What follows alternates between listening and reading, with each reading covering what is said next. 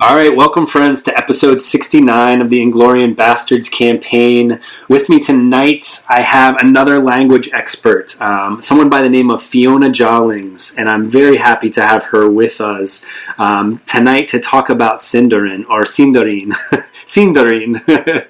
So welcome to the podcast, Fiona. Hello. So again, like I said, this is going to be kind of part two of our language discussion. Part one was with your friend Paul Strack. So we talked a little bit. That was episode 64. We talked a little bit about Quenya, and tonight we're going to kind of transition a little bit to talk about Sindarin. And I refer to both you and Paul as experts because of all of your accomplishments in the Conlang community and elsewhere. I have a copy of your book, which is called A Fan's Guide to Neo-Sindarin, and I have been for a few weeks now perusing your website called realelvish.net, where I can see you have set up all kinds of resources for people that come to your website, including an academy. Would you mind telling us a little bit more about sort of what you do in your website? So I view my role as being part of the Tolkien linguistics community as being a gateway for newer fans. So that is pretty much what all of my work relates to in some way, shape, or form. So the name lists and the phrase books, those are all stuff for people who want to taste like a really basic level, something to say. Fun stuff for RPG. I'm pretty certain that my random name generator has made like lots of campaigns. Yeah, well, I wish I had discovered your website before I did this campaign, because I think it would have made the butcher job that I did of some of the words that I tried to create much better and more accurate. But so I see on here that, like you said, I'm trying to find where it said it. You are geared specifically to naming characters, specifically for role-playing games and stories. What a great resource. Now, this, I see at the top you have an academy. Can you tell us a little bit how that runs? So there are two types of course on the Real Elvish Academy. There's the courses that you can just do on your own time that run automatically, that have quizzes built into them. That would be for like the pronunciation course, for the Tengwar and Kirth course, and all of them right now are for Sindarin because that's where a lot of my scholarship is focused.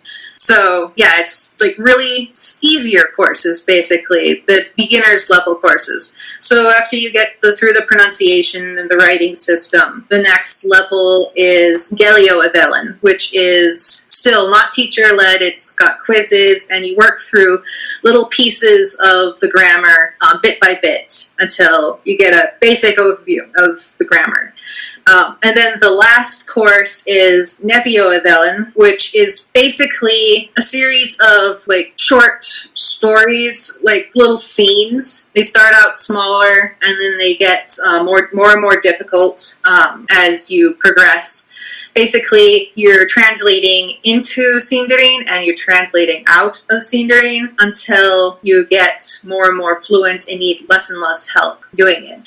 So basically, the role of that course, and that one is teacher-led because, a quiz, a computer program is just not going to be able to catch the nuances of translation because we also learn dialects in this course. So you're thinking about how the character themselves would speak, not just how you, the fan, would speak, but how the characters would speak. Oh, wow. That's the really high-level, intense course. It takes, I think, around 6-7 months to do. Registration for that course is in December, and then it runs through, I think, July. And so typically, do you get, dungeon masters, authors, who typically, signs up for the sort of more advanced classes? People who want to be able to create art in the language. And it could be just about anything. A lot of people want to, write songs. They want to do their fan fiction or role-play games. They want to be able to create their own art, basically. That's a good way to put it, yeah. That's what I'm working to facilitate. Well, you mentioned you mentioned that your area of expertise right now is in Sindarin, and I think that makes a lot of sense, at least in terms of supply and demand, right? Because Sindarin is kind of would you say the main Elven the lingua franca of Middle Earth is what I like to say. Yeah, exactly right. So that's perfect. Now you talk in your book. In fact, the title itself speaks to that is A Fan's Guide to Neo-Sindarin. So can you talk a little bit about? We've not talked about Neo-Sindarin. Could you explain a little bit about what that is? So when you just say Sindarin, usually you're talking just about the translations that Tolkien himself did. You're not doing your own translations. So any translation that is not directly from Tolkien is Neo-Sindarin. Okay, so the conversational Sindarin, the stuff that we saw in the movies, and the sort of the more complex paragraphs and sentences. Tolkien didn't really flush it out that much, did he?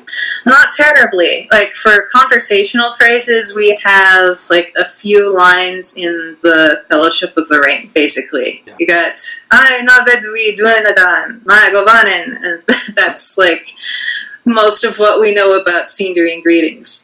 Tolkien went into a lot more detail with Quenya on that particular topic. And for actually, a lot of the things that we know about Sindarin are actually, little notes in texts, mainly about Quenya, where he adds, an "oh, and it's different in Sindarin like this." And that's where we'll get that little nugget of information. So there's a lot of blank spaces in Sindarin as compared to Quenya. And Neo-Sindarin, as the fan language, it changes a lot faster than Quenya does, because Quenya produced a lot more writings, Tolkien produced a lot more writings on Quenya and fleshed it out a lot more. Yeah. And there's still things being published on Sindarin. There's rumors of documents specifically about Sindarin, and we can all dream that such a thing where Tolkien outlines the complete Sindarin pronoun system. That would be wonderful. That would be, wouldn't it? It would be like the what's the tablet that they discovered in ancient Egypt? The Rosetta Stone. The Rosetta Stone, yeah, for Tolkien. Can I read a section in your book here? It says expect new editions often. Every once in a while, a scrap of paper gets published where Tolkien scribbled some notes about Sindarin.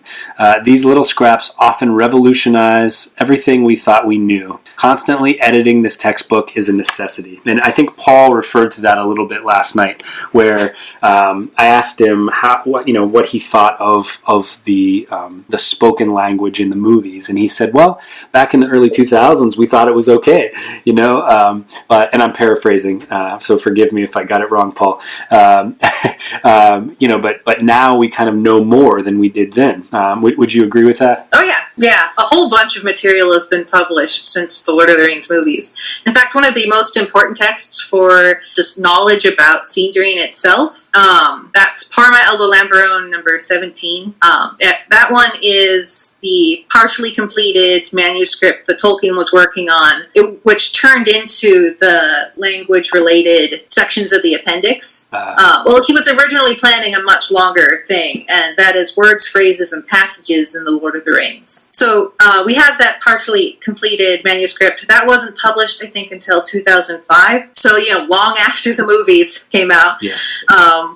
And that overturned, what we knew about pronominal suffixes in Sindarin. The past tense in Sindarin got heavily affected. It also brought in a ton of new vocabulary. That was a pretty revolutionary document. And it also helped a lot with, independent pronouns as well as pronominal suffixes. Though later we discovered that Tolkien had abandoned parts of that pronominal suffix chart as well. So, it's been a roller coaster. Oh, yeah. So, you can tell translations, before Parma Eldalamberon number 17, and then translations before Parma Eldalamberon number, I think it's 22, which revolutionized everything we knew about the future tense.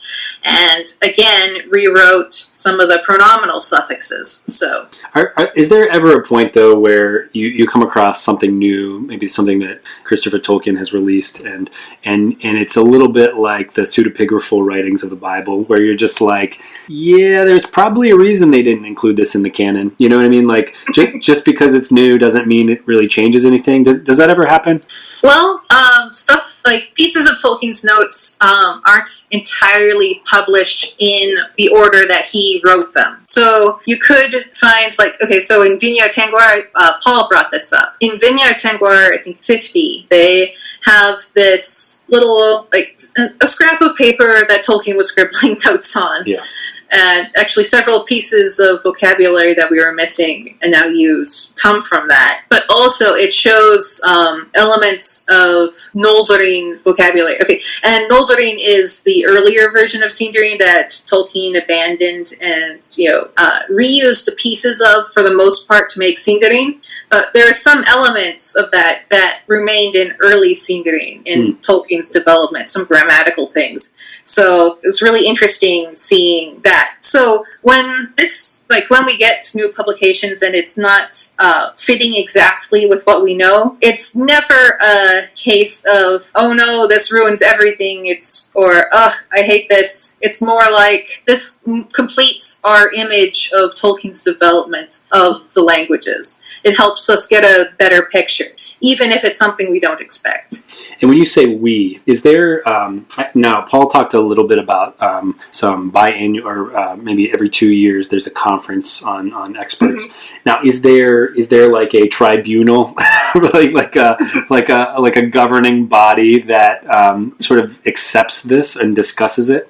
There's no governing body. Okay. Like, there are people who've been really invested in working on this stuff for many years, who've been studying and publishing, usually not in linguistic journals, because most linguistic journals aren't interested in constructed languages, but we have our own websites, and we post our articles in our small community. So it's more like general acceptance in the community. There's not as much of a hierarchy as you might expect. Well, let me ask you more about Sindarin, and I guess I'm curious, being that it is it would be the language of most of the elves in the Lord of the Rings and the Hobbits. Of the Hobbit, why did he focus so much on Quenya and not flesh out Sindarin more?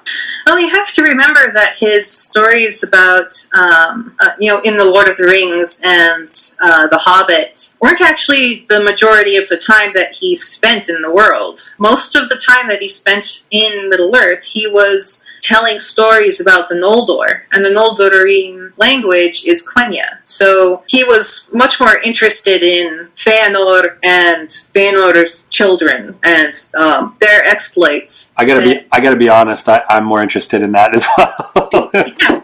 So the Silmarillion is a much better look at what Tolkien spent much more of his life writing than the Lord of the Rings and the Hobbit. The underlying mythology. Yeah, he was much more interested in the characters that spoke Quenya, and I think it suited his linguistic tastes a lot. Paul mentioned that Quenya is heavily inspired by Finnish. Well, Tolkien came across, I think it was a Finnish grammar, an old grammar book, and he thought it was just beautiful and wanted to emulate that. So, and a similar thing happened with he also got his hands on a early Welsh grammar, and that also inspired him lots and lots. Well, Welsh is a beautiful language. It's unlike anything as we English speakers have come across, I think.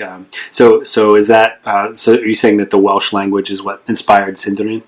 To a point. Like, there are certain grammatical elements that he found very interesting and pleasing that he brought to scenery. There are certain phonetic elements that he brought over, but I would say that he was inspired by a lot of things. Like, he was really fascinated how you have vowel fronting from Old English plurals, he studied Anglo-Saxon Old English, Sure. and that's what he taught for many years at Oxford. So there are definite Old English influences on Sindarin that if you have looked a little bit at both, you can see some of these influences. I think especially in the plurals. Well, can I ask you now? You seem to just know so much about this. Now, how did you study this in college? How did you get into studying language and the development of languages? So my entire family is nerds.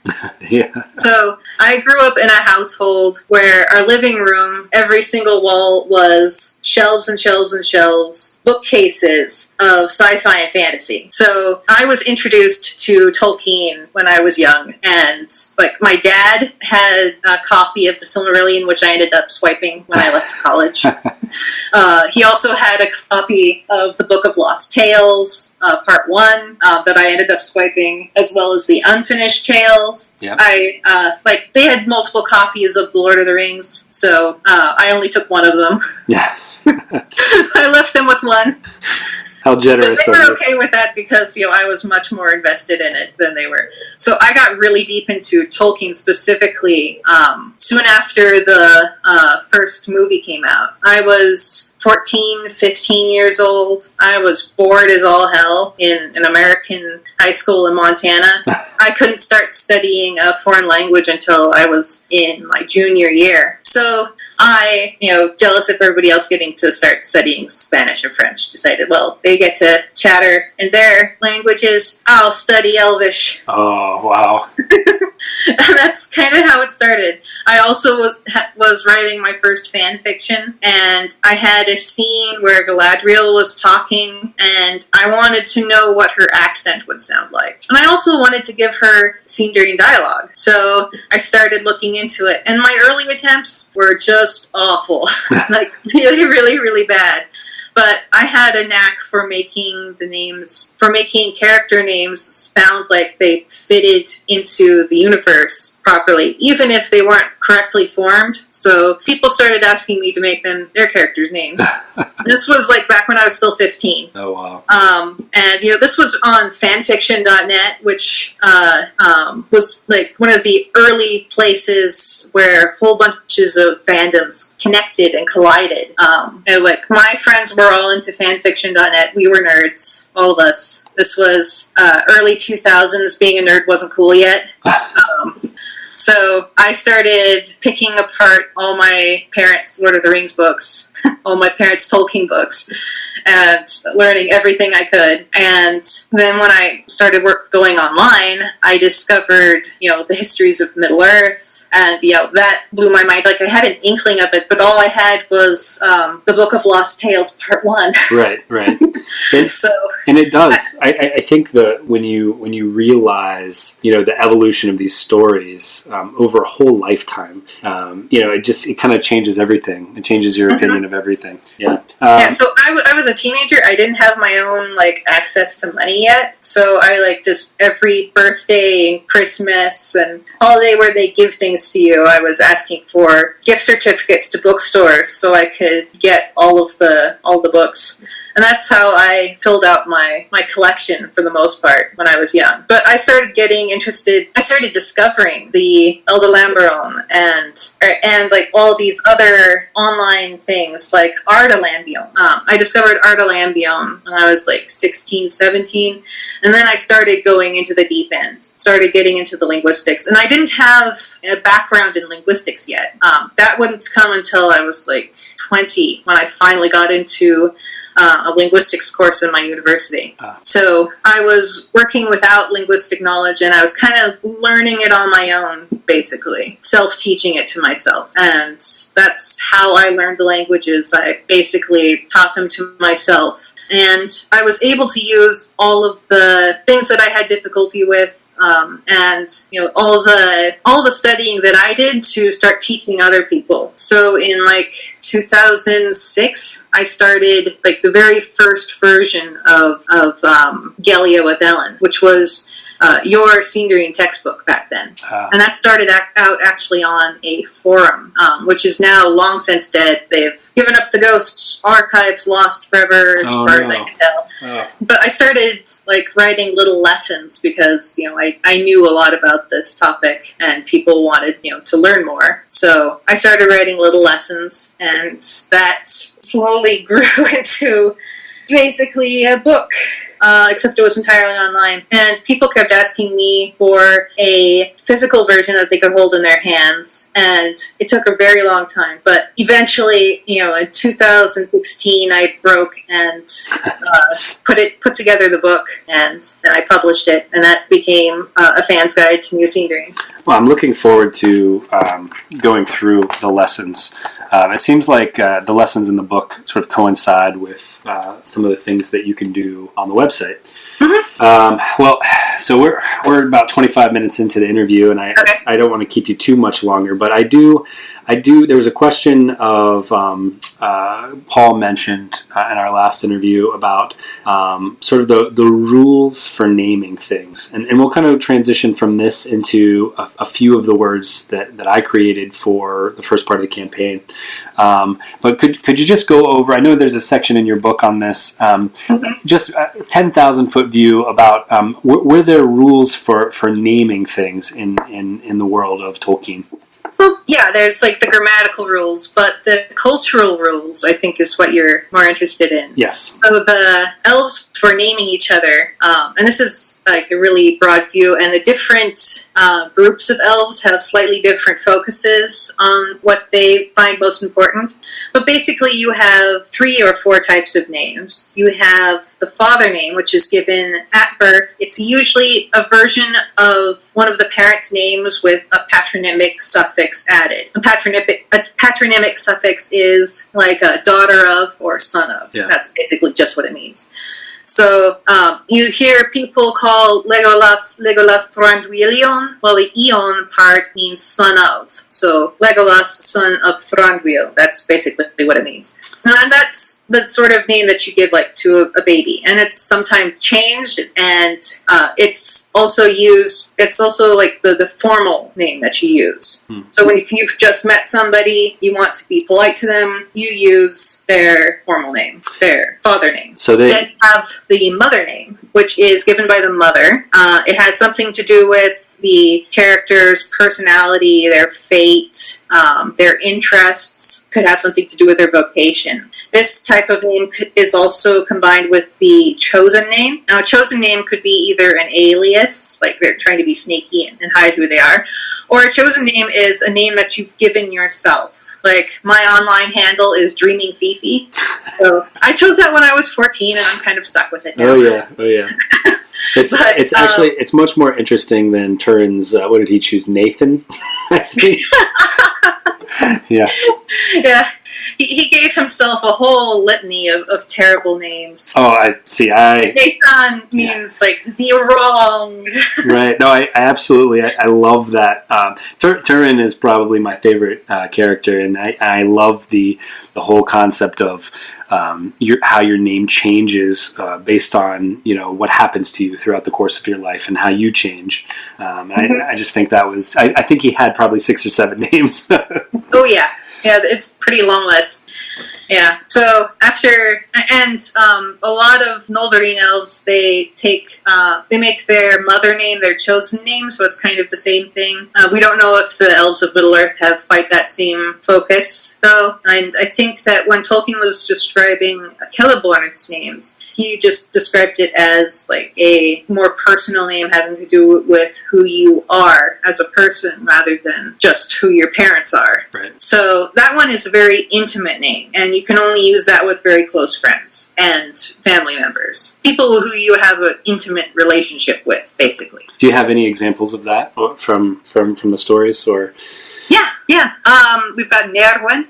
Nerwen is Galadriel's mother name, which she took on as her chosen name. And Nerwen means man-maiden because she, as a young woman, was very fond of hunting, of sports. She was pretty tall and pretty masculine, so that's what her mother name was. Wow. And then Fëanor, his mother name is Fëanaro, and the Sindarinization of that is Fëanor or Fëanor, so that one means spirit of fire. Yeah, that makes sense for him. But Fëanor's father name was Finwion, which means son of Finwë. Oh, yeah. And so this is, for the listeners, this is actually it seems to be a pretty common thing in languages, and especially in Welsh. From what I remember of studying, Dark Age Welsh history, a lot of the sons would be named with the AP, and then they would have their father's name, and the daughters would be whatever your name is, and then it was Ferch, Ferch, and then they would list your, I'm assuming father's name, or so this whole concept of what did you call it, a patronymic. Patronymic, yeah. So this is, I think, a fairly common thing in languages. Is that correct? Oh yeah. Okay. Oh yeah, it's very common, and it's where our modern idea of a surname comes from. Got it. Well, that's why so many surnames have "son" at the end of them, or an S at the end. Oh yeah. Okay. There's one more important part, and that is nicknames. Oh yes. Elves, they're not nicknames specifically like ours, because they can be formal instead of informal. They can be kind of like honorary titles almost. So you have nicknames that are really funny and cutesy, like Rusandol, which is redhead, pretty literally actually, redhead. Rusa is Quenya word for red fur, and then Dol is Nol, but comes to Ndol in the compound is head. So Rusandol is redhead. And then you have more formal names, like Galadriel, which means maiden garlanded with radiance. So it could be something very, very funny, like just talking amongst your friends, or it could be like a grand fancy title that everybody calls you by because you're so awesome. Mm-hmm. Yeah, well, that Galadriel's is pretty hard to beat. Well, if we could talk about another nickname really quick, and this will transition us. What about Labadal? It was like Hoppafoot. Hoppafoot. This is an example of a human nickname, but humans did it too. Turin was a human, but he was heavily influenced by Elven culture. Like that group of humans were very influenced by Sindarin culture and Oldorin culture, so they started using their language, and that's where you get things like Labadol, which means Labad is hopping, and then Tal is actually a mutated form of Tal, which is foot. Ah, okay. So that leads me into sort of the game that Paul and I played, and this is where we talked about some things that I tried to create, some words that I tried to create for the game. It always helps me as the storyteller to not just randomly name something, but to each of these items and each of these people that you're creating have a history. And the first thing that I wanted to ask you about was a dagger that the characters will find in at the Stone of the Hapless, where Turin and his mother are buried, and it is the dagger that was given to Turin by his father, and that Turin, when he was young, gave it to his sort of, I don't know what you'd call him, his was kind of his servant, but it was the man we just spoke about, Labadel, who was called Sador, and who Turin loved, and who he was actually maimed at a major battle, and so Turin gave him this knife, and in my story, the knife passes to Morwen and ends up at the Stone of the Hapless in Talbur, on Tol Morwen, in Morwen's tomb, and so the knife that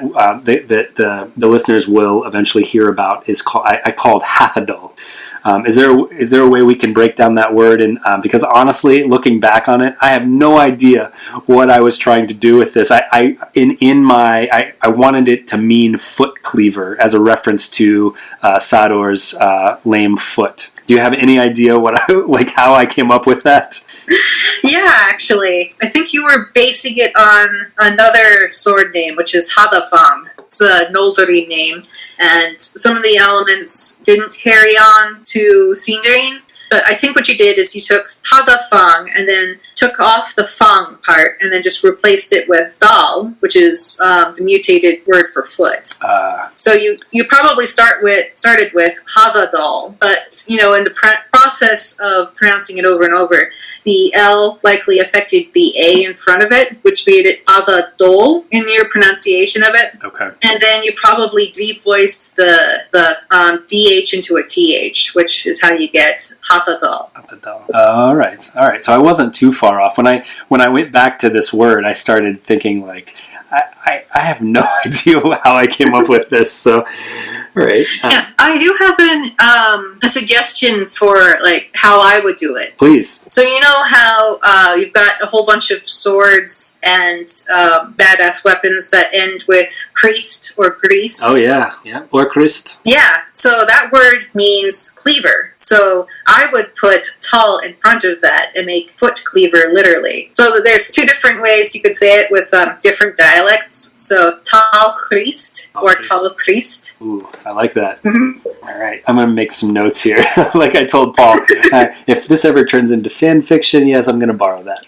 And when I say borrow, I mean steal. Of course. Okay, so I want to go to the next the next word, and so this character is arguably, I guess, one that has shaped the campaign more than any other character at this point. It's an NPC. In the first part of the campaign, the characters end up doing this ritual. It's the fruition of a second AIDS Numenorian sage. It was called this ritual, and it's sort of assembling all of these things for it was called Pterodon's Wager. And the wager was that if you could assemble all of these things and do this ritual, you could essentially find a way to get to Aman, right, across the straight road. And of course that's terribly interesting for Numenorians. And so he ended up, Sauron ended up spoiling this ritual somehow. And by doing this ritual, they opened a small opening in the door of night and allowed back through a Maiar of Morgoth named Gwarthaur, and up until this point, the reader or the listener knows this character as the Shadow or the Man in Black. But later on in the second part of this campaign and in the third part of the campaign, he's named. And again, so this name Gwarthaur means, or what I was hoped to mean, dirty abomination. How'd I do on that one? Well, you have some correct moves here. Okay. Gwar could reduce to Gwar at the beginning of the word. Thaur, however, you would need stress on that syllable to keep that AU in there. So I would suggest adding a suffix, because Thaur doesn't mean abomination, it means abominable. It's an adjective. So you could make dirty, abominable one, and you could use a masculine name suffix. You use he was a shadow of Meyer. So you could use a masculine suffix. There aren't very many masculine suffixes, but I would use either deer, which means man or male, or on, which is a really general suffix. So War Tauron, and it also echoes Sauron. Ooh, that's really good. That's really good. Yeah. I just I was telling somebody I was interviewing, I forget who now, that I think this lends itself to a prequel. I really do. Like, how did this Gwarthaur, how did you say it? Gwarthauron. Okay. Well, how he sort of got outside, like was he sort of kicked out with Morgoth? How did he get roped into this ritual? I just think the character is really rich, and I think that's a good suggestion for the name. So moving right along here, since I've kept you for over 40 minutes. It's okay. Okay, all right. I like talking about this stuff. So one of the first battles that our characters fought in part 1 was a battle fought at a place called Toliskarnan. And if you play Lord of the Rings online, you'll know it's essentially at the just north of the Et Moors. north of the last bridge. So up, and it's basically an island castle.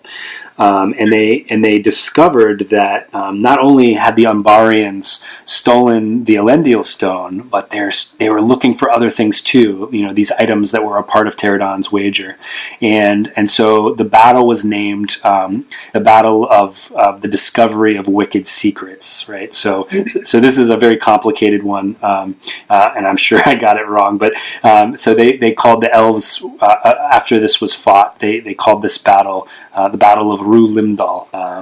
How'd I do on that one? Terrible. Go ahead, say it. Well, it's a bunch of adjectives that you have here. Oh, boy. Dol doesn't mean secret.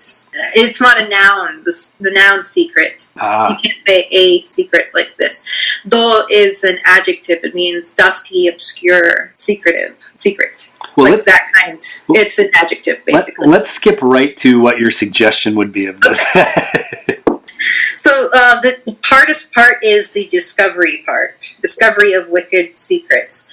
So I would say the finding of wicked secrets. Okay. So finding, we'd actually have to reconstruct a word from Quenya. I'd probably use here. So hiras or ihiras, like the finding.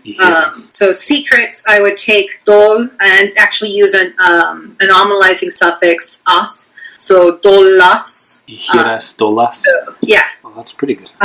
So that's secrets, and then wicked would come after secrets because adjectives follow nouns in Sindarin. So, except it would be plural, secrets. So delais. Ihiras, dolas. Delais. And then the plural of the adjective wicked would be thrui. Mm-hmm. This is a very complicated title that I. Yeah. And if you wanted to say the Battle of Discovered... maybe we don't do that. Discovered Secrets, you would add Dagor in front of it. Of course, Dagor, yeah. Yeah, Dagor means battle, and when you put it before like that, it means battle of. So, Dagor y hiras, or actually you would use N instead, so, hiras. Delais thrui. I'm going to call Rue Limdal a major fail and just move on. It's okay. Let's go to another battle. Let's go to the next battle. So this one is this one was the battle. After they released the Shadow Maiar, they end up battling him at the Grey Havens, and where the portal is to Tol Eressëa. And of course, there's so many Umbarian ships in the harbor. The waves are choppy, and so what I kind of thought I was going for, and I think I totally botched this one up too, was the Drew Celebros, the Battle of Drew Celebros, which was supposed to be the Battle of Wicked Silver Waves, and I think I had to do some finagling, with this one. So, how badly did I do here? Well, Drew, you said it was probably supposed to be who, the wicked or evil. Right. And that would follow the noun. So the silver waves part. The Keleb part we can leave. The Ros part, that's more like mist or rain. So there's actually a word for that misty, fizzy part at the top of waves. Oh, wow. Okay. It's gwing. Gwing. Frugring? Rue Elwing? Oh, yeah, sure. She's named after that. The second element of her name is Gwing. So star and then spindrift. Star spindrift is what her name means. Oh. So I would turn Celebros into Celebwing. Celebwing. All right. Mm-hmm. Very good. So Dagor, Celebwing, and then Thrui, because it's plural and it's got to be mutated because it's an adjective following a noun. That's actually why the G disappears in Gwing, too. Uh-huh. So that one actually isn't too bad. Well, too bad for you. It seems totally butchered to me. All right. I was able to keep a lot of the elements. Maybe move them around a little bit, but mostly able to keep most of the elements. And I know that Sindarin is a lot more foreign to English speakers than Quenya is in a lot of ways. And I'm barely an English speaker, so there you go.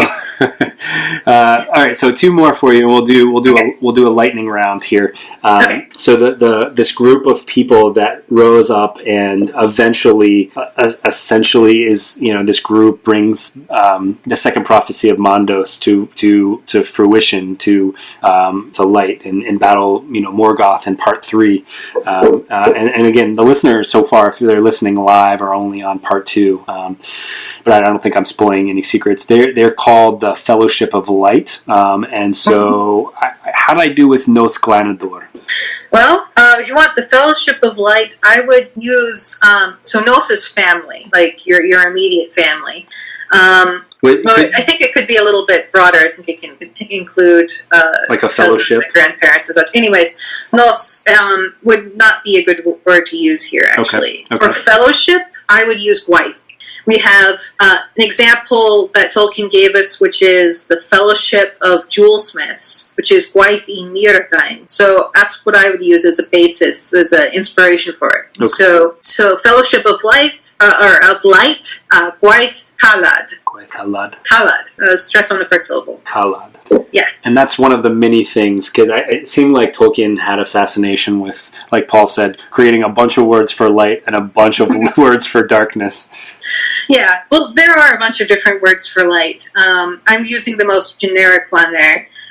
You could also use Blauar, which is like the golden light of the sun. And there's also Galad, which is radiance. There's Silev, like the white of the crystals that make up the stars in the sky. Mm-hmm. So, there's a bunch of different words for light in Sindarin. And I just went with the most generic one. So, Kalad could be a light of a lantern. It could be light of the sun. It could be anything. Okay.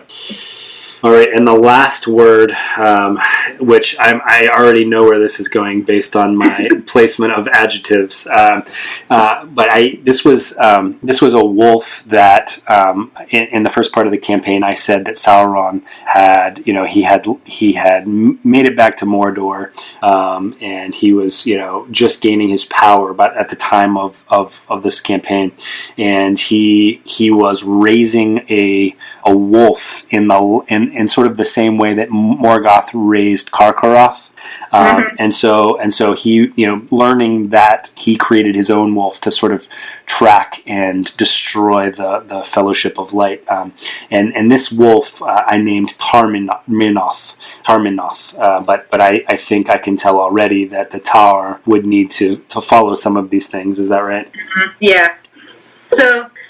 What you've got here is the second element, Mürm, that you're using for night. That's actually the plural of the adjective. Oh, geez. So there's 3 different words for night. They have slightly different connotations. There's du, mor, and fuin. So Mordor, I'd probably go with more for night. Then we would put that element first, and then we would put the word meaning mighty.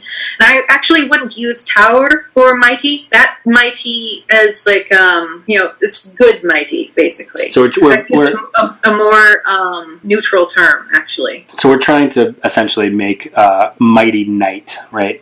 Yeah, okay. yeah. So I would actually use Beleg. Oh, Beleg, really? Yeah. Beleg means vast, large. Mighty. I hate to associate anything related to this wolf with Beleg. Beleg has seen enough bad days.